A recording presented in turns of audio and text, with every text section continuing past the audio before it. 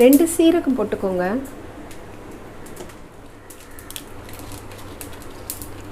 காரத்துக்கு ஒரு 2 இல்ல 3 காஞ்ச மிளகாய் போட்டுக்கோங்க.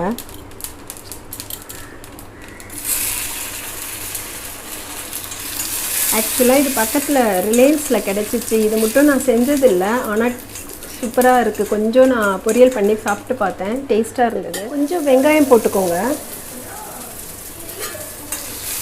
ஆக்சுவலாக நான் டேஸ்ட் எப்படி இருக்குன்னு பார்க்கறதுக்காக கொஞ்சம் தான் வாங்கிட்டு வந்தேன். பட் கொஞ்சோண்டு பண்ணி பார்த்தேன், ரொம்ப நல்லா இருந்தது. ஸோ அகெயின் அந்த மீதம் இருக்கிறதுல நான் உங்களுக்கு செஞ்சு காட்டுறேன். டேஸ்ட் நல்லா இருந்தது. இன்னும் போய் கொஞ்சம் வாங்கணும்.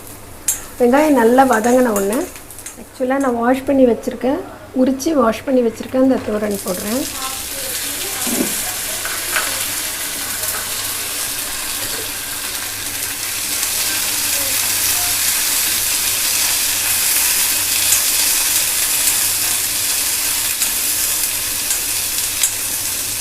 இதை இப்படி பண்ணி அவிச்சு பொரியல் மாதிரி பண்ணி ஈவினிங் ஸ்நாக்ஸாக கூட சாப்பிட்லாம்.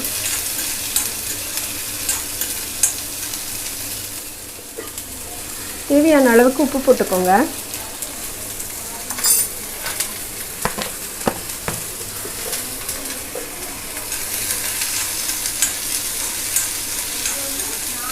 நல்லா இந்த எண்ணெயிலேயே இது ரோஸ்ட் ஆயிரும், தண்ணி கூட ஊற்ற வேண்டாம்.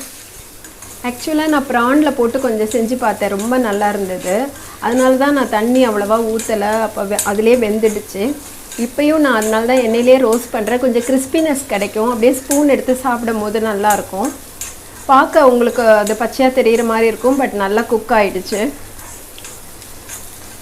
அது இந்த இரும்பு கடாயில் வதக்கும் போது அது கொஞ்சம் நல்லா மொறுமொறுன்னு இருக்கிற மாதிரி இருக்கும் சாப்பிடும் போது. ரொம்ப ருசியாக இருந்தது. இதான் ஃபஸ்ட் டைம் நான் செஞ்சு பார்க்குறேன், எனக்கு ரொம்ப பிடிச்சிருந்தது. நீங்களும் ட்ரை பண்ணி பாருங்கள், ரிலையன்ஸில் கிடைக்குது. கொஞ்சம் தேங்காய் போட்டு பூ மாதிரி ஆக்கி அதில் போட்டு இறக்க போகிறேன். தேங்காய் அதிகமாக சேர்த்து பழக்கம்னா எங்களுக்கு பிடிக்கும். இப்போ தேவைப்படுறவங்க கொஞ்சமாக சேர்த்துக்கோங்க, இல்லை தேங்காய் போடாமையே கூட அது நல்லா டேஸ்ட்டாக தான் இருந்தது.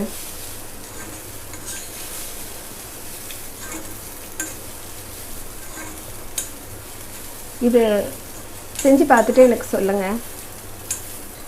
தேங்க்யூ.